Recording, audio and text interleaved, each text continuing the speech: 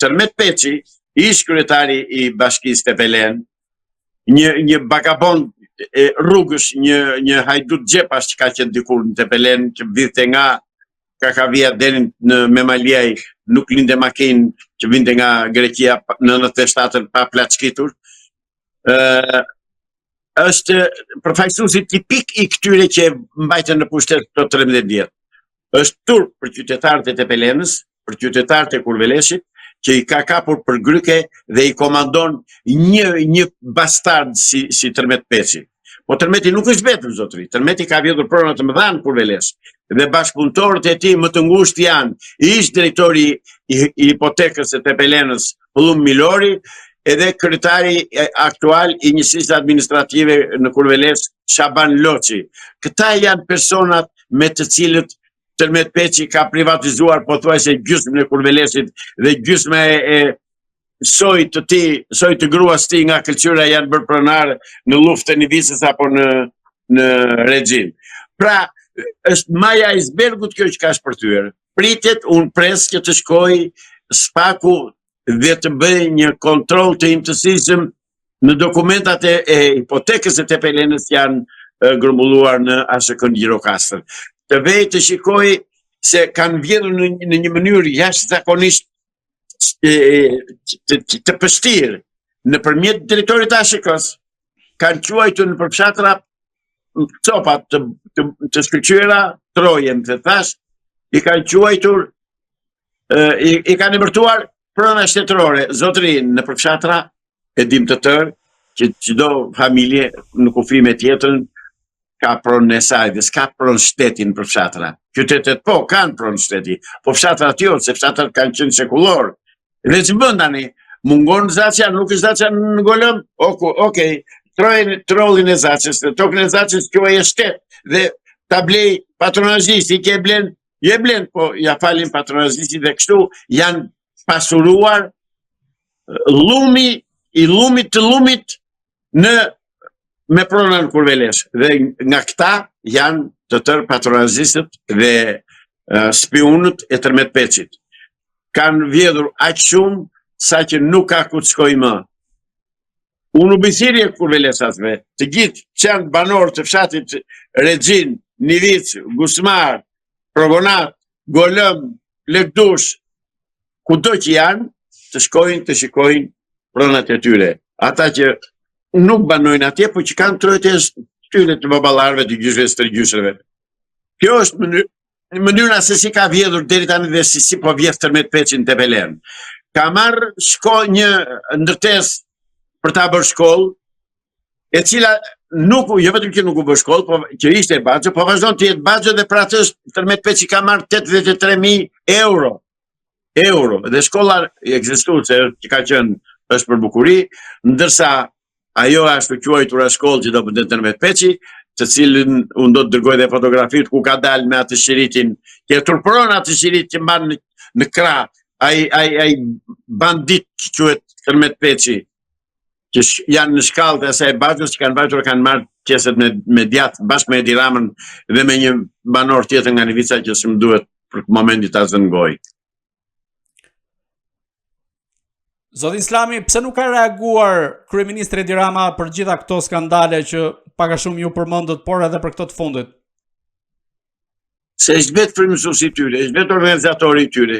Të tëra bëhen me urdhër, të dini një gjë, asnjë gjë nuk bëhet por nuk desh Edi Rama dhe spionët e tij. Harrojeni. Janë të tëra të organizuara, të orkestruara nga dirigjenti Edi Rama. Zoti Islami, ku po shkon kombi shqiptar nëse do të marrim në referencë edhe rastin e Kosovës, e cila nuk po arrin dot të krijojë qeverinë e saj, po ndërkohë Shqipëria sot ka mbajtur zgjedhjet dhe i ka mbajtur ato në një situatë mjaft të tensionuar dhe mes përplasjeve të shumta fizike qoftë gjatë ditës, por edhe tani në mbrëmje. Parashikoj, ose më mirë me thënë mendoj, dëshiroj që të ndodh e njëjta situatë në Shqipëri si në Kosovë. Do me thënë të mos arrit krijohet qeveria dhe të marrë pushtetin në dorë qeveria teknike. Në Kosovë, ati Albin Kurtit, partner perëndimor në të Atlantikut, i thanë, zotri, do bësh këtë, 1, 2, 3, dhe jo më larg se partia ju bë thirrja prap. Hiq atë paçaure që e quan flamur të Kosovës dhe vu flamur shqiptar.